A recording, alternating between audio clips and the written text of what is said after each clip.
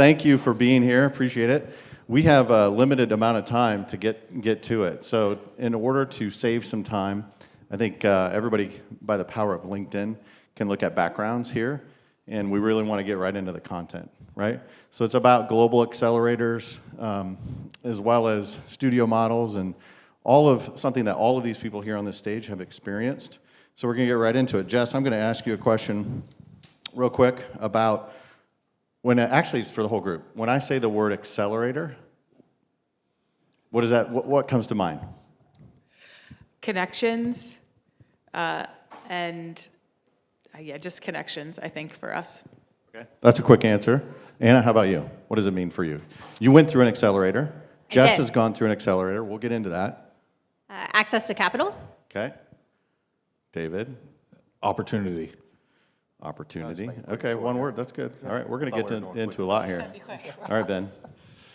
I didn't go through an accelerator. Right, but what does it mean for you? Because we'll get into it. Sure. You're kind of starting something at PSG.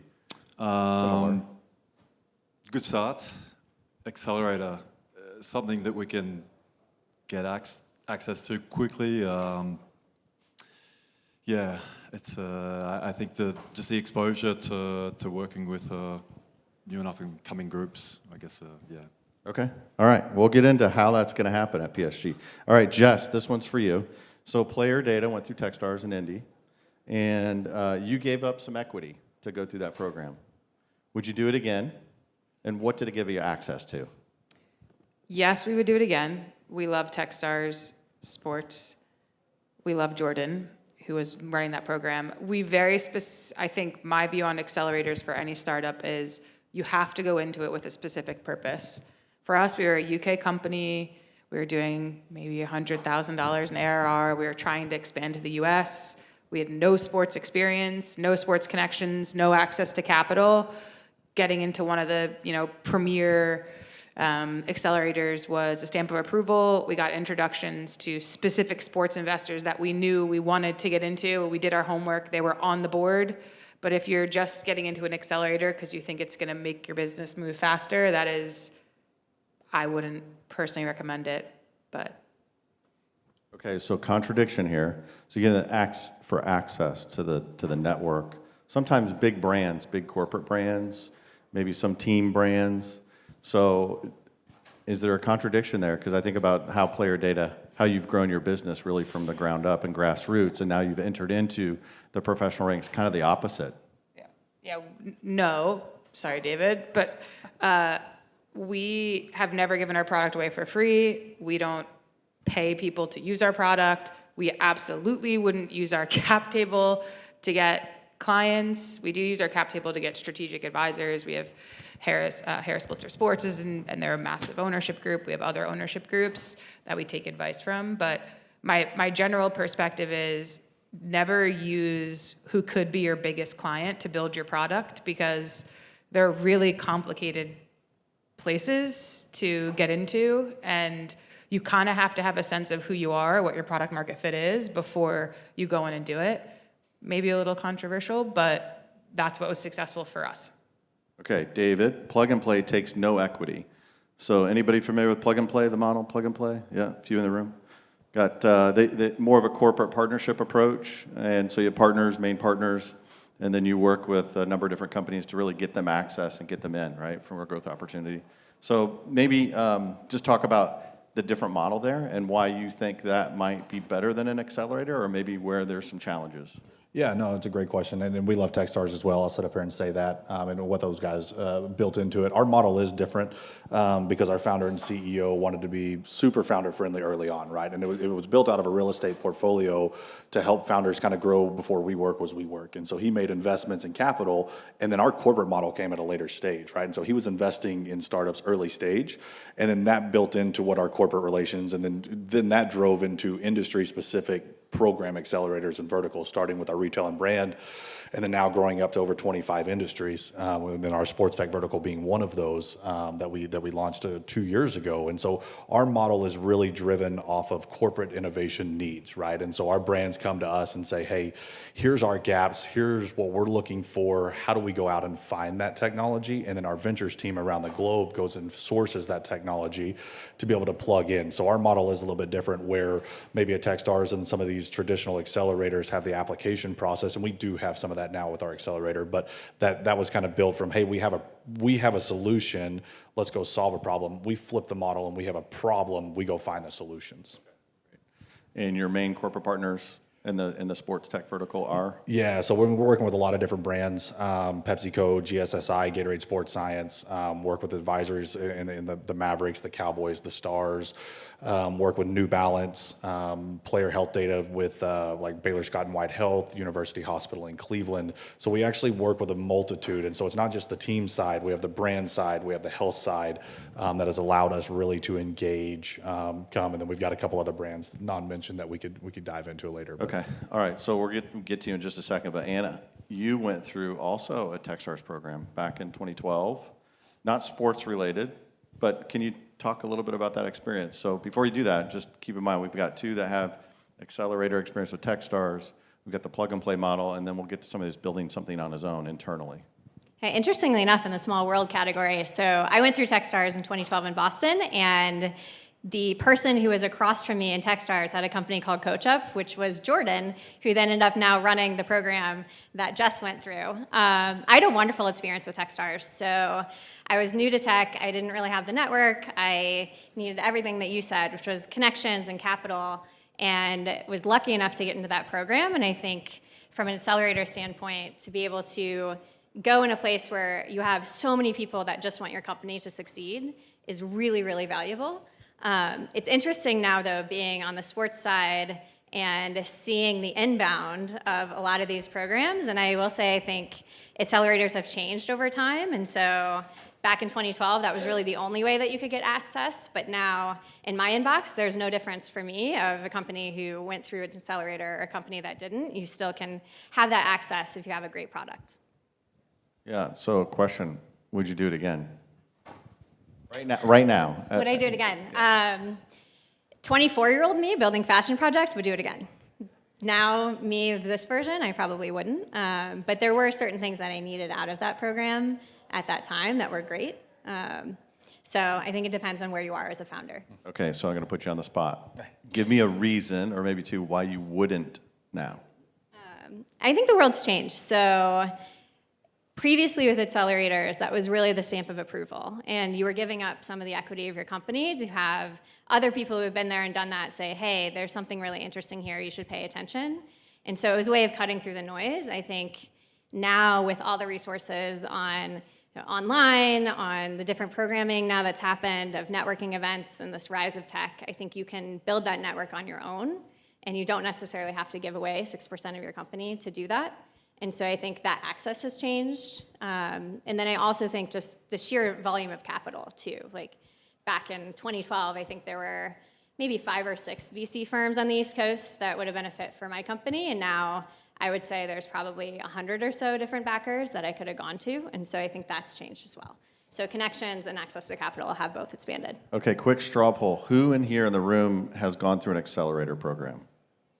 All right, so we have a handful. Who's considering going through an accelerator program? One in the back, 2, okay. So a couple here, quite a few founders in the room. All right, so we're gonna go to internal innovation now. So Ben's with PSG in Paris, the Australian, right? I'm Australian, yes, in Paris. So talk a little bit about your vision for what you're gonna do at PSG with really developing kind of this innovation platform from within, and maybe how it differs from an accelerator, what David has in Texas with his program. Yeah, so it was born the beginning of last year. It's called PSG Labs. It's like a strategic and experimental arm where we're trying to work with early, not too early, but startups that are going to add value to our company. So and it covers, like me myself, I work in the performance arm, so I deal purely with kind of athlete-centered health performance angle startups or tech and tools that are going to be embedded into the ecosystem at PSG. But then we also have multiple pillars across the business sector, from fan engagement to ticketing to cybersecurity. And we have access to Station F, which is like I don't know if anyone's familiar with Station F in Paris. It's a bit of a beast there. It's a incubator. So we've got 40 seats there, which our startups can get access to. So they have the access to some of the big companies within that incubator. So, and then it's a matter of, like, from my performance angle, it's like having discussions with performance director, medical director, and understanding their pain points, their friction that is kind of they're dealing with on a daily basis, and how can we be strategic in terms of addressing those issues. Okay. And across multiple sports, right? Not just football. Yeah. Soccer. So we have football. So we've got a men's and women's pro team. We've got the academy at both men's and women. Then we've got handball and judo. So handball and judo a little less, but we're always open to getting access to them as well. Okay. So one of the things when we were talking early, when you were on vacation with your family last week, one of the things you talked about, one of the drivers was revenue. Is this solution going to drive revenue for the club, whether indirectly or directly? And knowing that goes into the calculus, I think about Jess and the product that you have. I don't know if you want to just give a quick 15 or 20 seconds of what you have built at PlayerData, and then let's have a conversation about how that could work at PSG or not. Just curious. Yeah. You want me to sell to Ben right now? Yeah. Let's do it. Can you I'm sell in to an me too? awkward Yeah. middle spot right now. We've tried. We've tried. We two- haven't connected yet. You got One two day. sales leads. One day. I know David knows some folks in Texas too that maybe. Yeah. Also, everybody know. We are the on-field operating system for sports, is what we say. So we started in the physical part of the game. We have a wearable. It's more affordable than everybody else's. It's now the most accurate on the market. FIFA's preferred provider. We then took that and we expanded it into the tactical. We launched the first smart ball in soccer that you can now see, pass completed, where it's going. But you don't just see it in a game. You can see it all the way through the training experience. And now in 2 weeks, we're launching our camera product. So what we've done is we've taken all of the things that are available in the first team at PSG, where these teams of 12 are combining data and putting it into one experience, and we've put it in one box that fits in your backpack that is going to be about $300 a year a player, and made it accessible to everybody. And that's been great. We've got Penn Fusion Soccer Club all the way up to NWSL teams. We've got Crystal Palace. We've got the men's and women's national team. So we've been able to kind of scan the gamut. We've been successful integrating in some big sports properties. None on this stage, though, so I'll let you guys know. Okay, so I'll put you on the spot. Yeah. RevGen, not really a priority No. on that. It's more about team building and player development and winning. Yeah. I mean, it's even, I'm going to be just totally frank, it's hard to connect that necessarily to winning. You could say best availability, best thing to win is player availability. Ben could probably give a better defense for it than I can with his sports science hat on. But no, we're not on the revenue side of the club. I think we're in a side of the club where people are spending, and ask you guys, like, how important is that to you guys in terms of protecting players and protecting assets? And how do you think about innovating in that space versus the revenue side? Maybe I'm asking you. Yeah, I mean, both of those are tied together, right? So if you're investing in a player, that is an asset that you want to develop, but also like preventing injury. If that player gets injured, it's not just, does that affect our win-loss percentage? But that's also, if they're a fan favorite, then what does that mean if they're out for half of the season? And so I think all of that on the performance side actually does tie directly to the business side, and something we're thinking about a lot. So let's talk after, and we'll see. We built our own analytics platform, but we're also looking for external solutions. Yeah, and I guess, sorry, one more question, maybe for both of you guys. Oh, I love it. Keep Is going. We save people money, and a lot of startups in here, I'm assuming, are going in saying, we're going to save you money. Is there like a percent that equates to making it something for you to look at? Because I feel like you probably get a ton of stuff in your inbox that's like, we're going to save you 20%. That's probably not enough, but like, how do you think about the equation? So I would say in evaluating that particularly, what we've heard from our players is that they really want somewhere where they can develop their skills, and they want to be able to max out on whatever their peak performance is. And so anything that we can bring for the club, I think, is less we're going to save you X number of dollars, or we're going to present this solution that'll make sure that there's not 20% of the injuries that would have happened otherwise. It's more for us a player development and a recruiting tool as well, for them to say, like, look, they really care and they're investing in it. Okay, Ben, any thoughts on the rev gen tied to player performance? Yeah, and you don't have to tie it to player performance, by the way. I'm just curious, rev gen versus cost on field, saving. maybe it's player wellness, like you mentioned. I think that's because I think it's a very complex one in terms of the performance angle, and there's so many, you cannot just point your finger at, okay, just because of this process or tech, the players are more available. So that's where I think we're aiming to win on more the business angle. So can we increase fan exposure or fan engagement in that? Can we get more fans from a wider experience? So, it's about trying to embed the PSG kind of brand around the world. Okay, we're going to get to the fan and how we can monetize or engage the fans more. But David, one of the things we talked about last week too was sometimes it's too early. You might open a door for one of these startups, early stage companies, and to a big brand like the Cowboys, then it might be too early. I guess how does that get to that point? Like, when are they ready? When should they know that they're ready to go have that meeting? Because that could be a make or break meeting for them. Yeah, it's a loaded question. Appreciate that. I think every founder is different. Every tech stack's different, right? And we get the unique opportunity to see founders at every stage, right? So we work with early stage, but we have batch companies that could have raised 80, 90, $100 million that have integrated. And so for us, and what our team really looks at is understanding the tech stack, understanding the actual product, but then understanding if the founder is actually able to have traction with that organization, right? Because the Cowboys I'll use them for example, are a massive global brand that they're able to engage in a lot of different opportunities. And so for us, we want to make sure that we're able to walk the founders through that process if they haven't been there. And I think that's where some of the value of Techstars even brought in for them is allowing them to understand how to work with those companies, because we see it across the board, right? And we get to see the Cowboys, but then we also get to see every other Fortune company we're working with, and so we understand where the pitfalls could be. We understand how to make those jumps for those founders. Some founders are ready to make that jump early, and some aren't. But we kind of help walk through that process. So I don't know if there's just a straight dry answer of this is how you do it. I think every founder is different because every tech stack is different and every organization is different. So it's a little bit of probably maybe shaked around the question. But. Okay, so let's talk about risks. So is the risk more with the big brand or the team to bring innovation in and maybe not know exactly what they're going to get? Or is the risk maybe more on the side of the startup? Or I'm sure there's a bit of both, but what would be your opinion on that, Ben? Yeah, good point. I think we've just, like Keith spoke this morning about, okay, how do we, it's all the front end aspects, First and foremost, we have to start with a question, what are the pain points when it's just going to be searching for products just to, put in the cupboard or have a shiny gadget. And I come from coming from Australia, we're very framed, we're very kind of process driven, so I think it's very important there. So yeah, I think that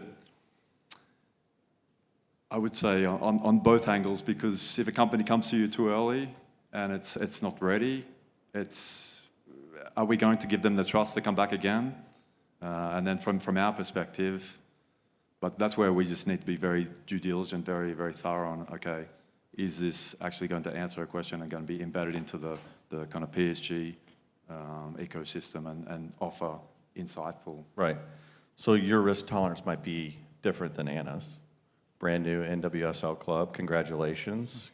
Co-owner, founder of Boston Legacy FC. Thank you. Awesome. So talk about your risk profile when you're assessing startups and innovation in the club. We'll get a little bit deeper here, but just how are you approaching this? Because you've been an entrepreneur, a founder, an investor, now an owner of a professional sports franchise, really a pioneer. Congratulations. Thank you. So I think it goes both ways for us. So we're an expansion team, which is great because it means that we're a startup. So we have a little bit more leeway, to your point, of being able to try new things. And we have a philosophy on our team that we say play big. What that means for us is that we know we're going to take swings that are going to miss, and we're going to get things wrong, and we're okay with that because we think that we're playing for this much bigger vision. And so we can innovate and take some of those risks.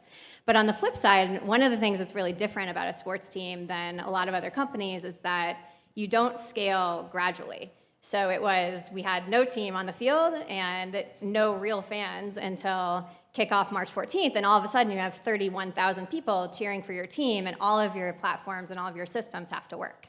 And so you don't get the benefit of being able to see what happens kind of as you're going and growing slowly. And so I think for us, are these the things that we want to take the risks on?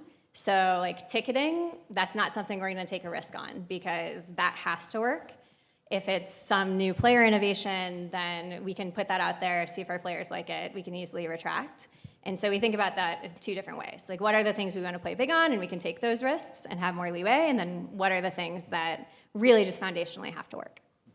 Yeah, I think it's interesting the way that kind of old legacy brands and teams and leagues bringing innovation in particularly the last 10 or 15 years, and you're building it from the ground up. So you've got dedicated staff tied to innovation. It's woven throughout the fabric of the organization, which is a great way to build.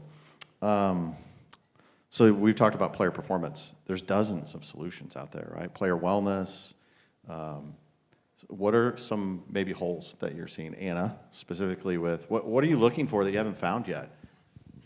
Oh, okay. If anyone has these things, come talk to me afterwards, please.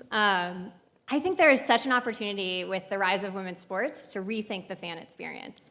So the person who's sitting in the stands may not be the same person that was there for MLB or NFL, and that opens up an entirely new category. So I want to tell you a story. So this is from a game that just recently happened. We had Taylor Swift night, which is also probably not something that you see at like the Red Sox.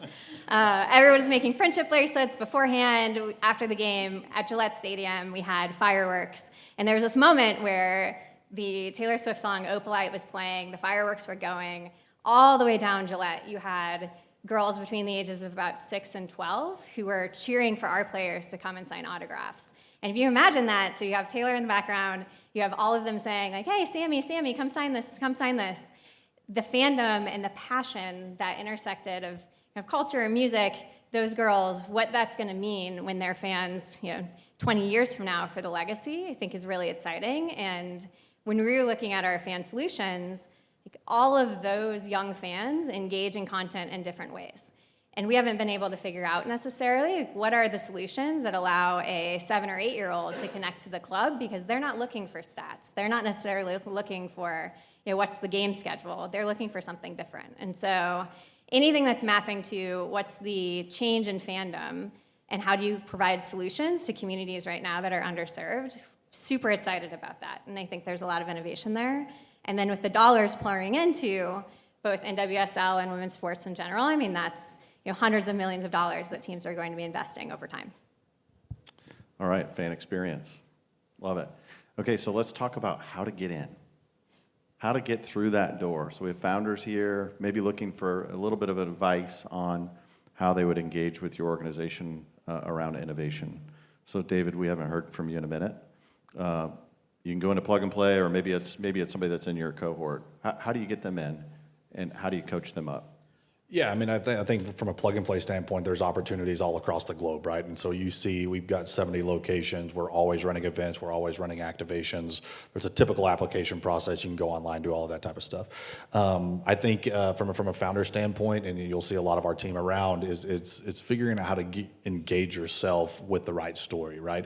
Because we do talk to so many founders. I mean, we'll talk to, as an organization, probably 10 to 15,000 founders this year, right? And so for us, like siphoning through the noise of which founder is going to make the impact is important. And so having your story in how you actually can change a specific partner we're working with, doing the research and understanding how you can engage with our organization and who we work with is something that's extremely valuable, because if you're a founder, and I'll be pretty blunt on this, if you just come up to me and say, hey, I've got this great startup, well, okay, so does the 5,000 other people I just talked to. So how do you actually impact? Because you're only going to get a small amount of time with our team because we're moving. And then the flip side of that is we're always sourcing. Like, our team has been out there looking at startups one after another, just to say, okay, how do we close a gap for one of our partners? And we're always partner centric, and we're always looking how to engage them.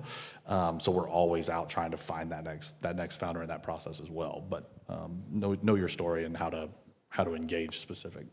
Okay, something I heard recently was you are so invested in your company, your software, and not so invested in the customer experience and learning from the customer what they want.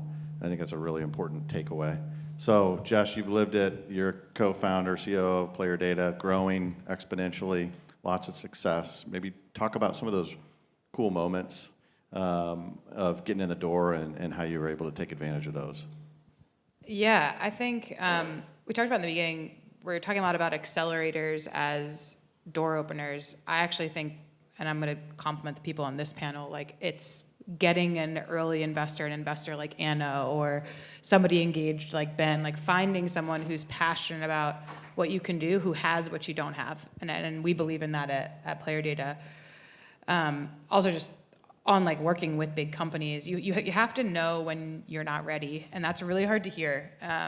Nike, shout out to Nike, I don't know if any of the guys are in the room, but we were building our smart ball for a year, and we were working with the innovation team, and they were like, listen, you need to wait. There's another competitor, everyone's excited about it.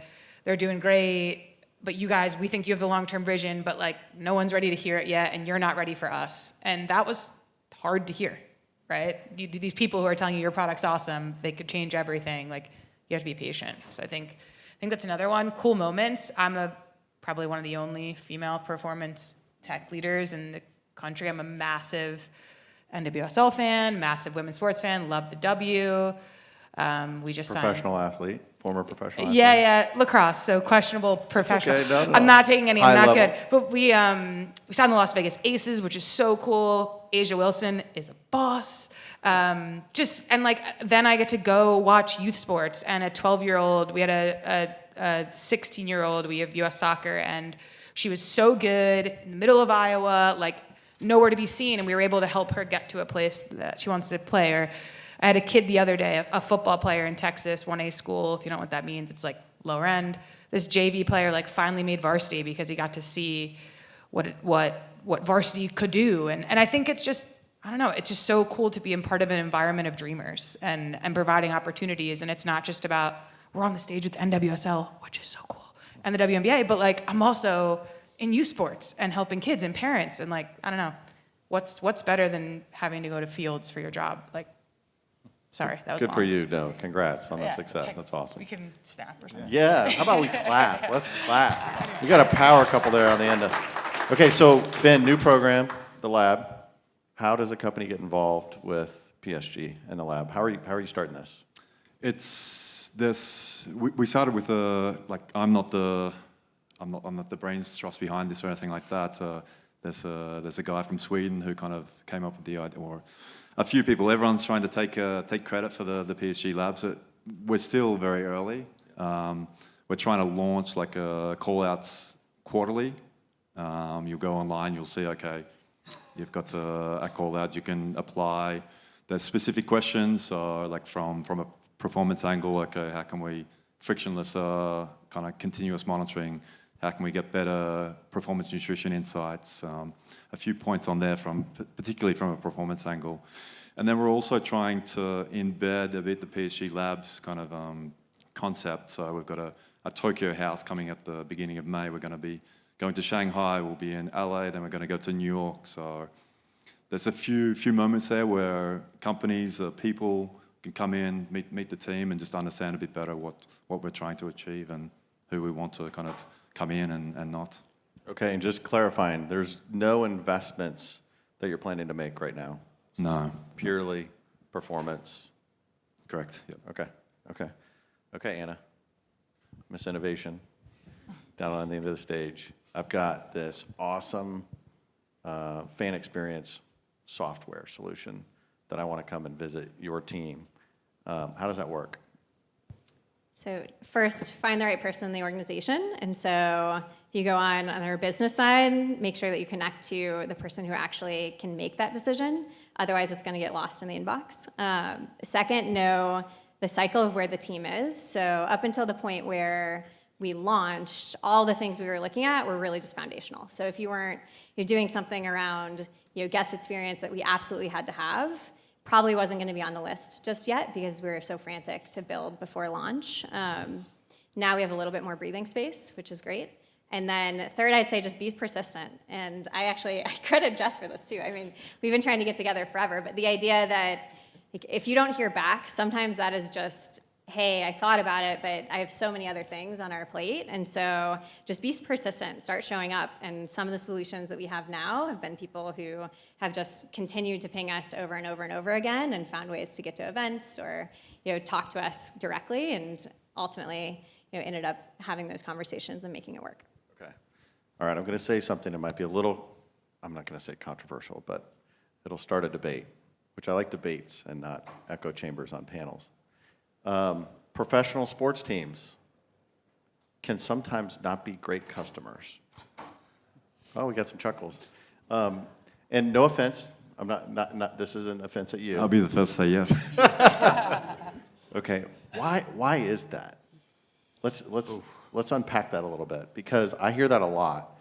And so founders are in pursuit of logos and teams and the commercial teams, and sometimes those teams don't want to pay the rack rate or pay at all. It's a trade for logo usage and rights, and sometimes you get what you pay for or get what you don't pay for. So just, anyone want to take that maybe? Any experience there? David, I mean, you're working with big brands. Yeah, I'm not going to throw anybody out under that one. But no, I think you're right. Like and you guys are all in the sports industry. It's a pay-to-play game, right? And I think the larger the brand, the more globally known, the more that logo's worth. And they think that they bring value, and they do, but they don't want to pay for the services, especially founders in an early stage. And I'm sure Jess just dealt with some of this, and then she hit it earlier. Is like you can't give your product away for free, right? Like you have to be strategic in how you're doing that. And some of the brands are worth it, but they can be a pain in the ass to work with. And the other deal is like they all feel like they know what they're doing, right? And they own that market or that venue or that stadium. And they feel like that they don't have any problems that they can't solve by themselves. And so we've seen that, and depending on which league, and I think some leagues are better than the others on innovation, right? And I think when you look at one of the big leagues, NFL, for example, is maybe a little bit less in that side. Or like the teams, that legacy ownership group, is starting to transition, but they've historically haven't wanted to innovate as fast as maybe the NBA or even the MLB starting to get to at this point. But I think the league's another issue on that Which side. is the best league at innovation, in your opinion? Nope, not doing it. Okay. All right. No, I think NWSL. NWSL is pretty solid. Ben on already that took side. himself out of Yeah. the race, so. Yeah, Ben's out. No, I think, I mean, NWSL is a great one. I think some of these up-and-coming ones are fun. I think if you look at the big ones, I think NBA does a great job from that side. Okay, big brand. You were the first to say it, that sometimes big team brands can be the worst customers.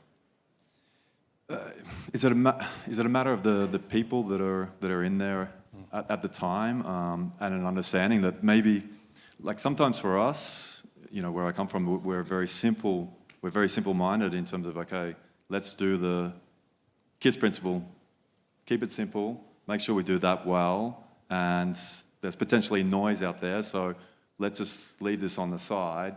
But now that's where we're trying to kind of change that narrative around, okay, let's have someone a bit more dedicated to ingest potential technology or innovative changes that can help kind of harness that. So the future will tell. Like our group is quite an innovative group, so we want to be at the forefront of the football kind of world.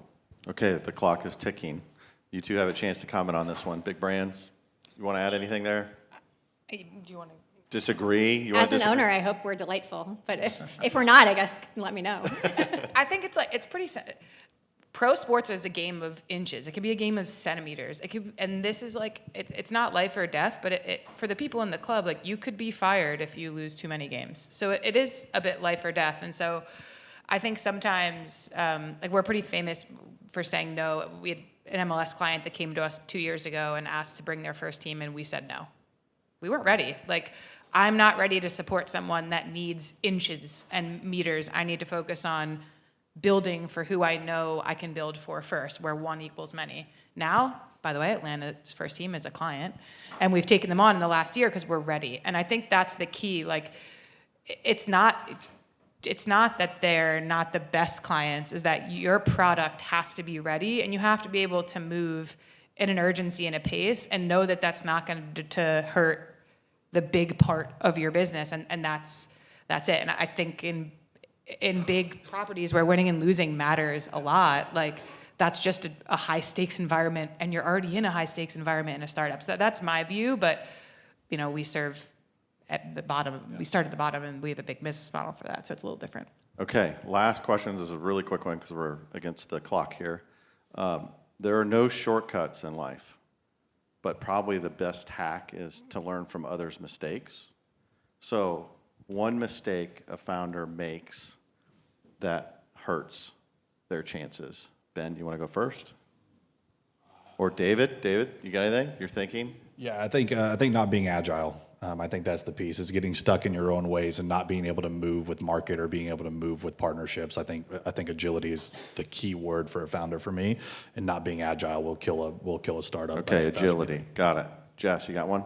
Oh, God, we've made so many mistakes. I think it's just not being empathetic to the customer.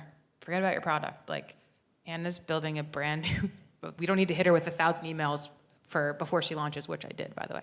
But a mistake I made. But just knowing where people are, like, you're not number one on their list, and these are people too. They all have families. Yeah. They only get like a week off a year, maybe. So just be conscious of that. Anna? So getting so involved in the what that you forget the why.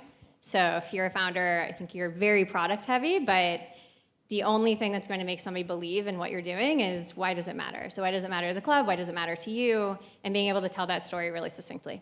Great. You got one? No, I think I'm just kind of coming on to David's, more the flexibility, being agile and... Okay. Let's hear it for Ben, David, Jess, and Anna. Thank you.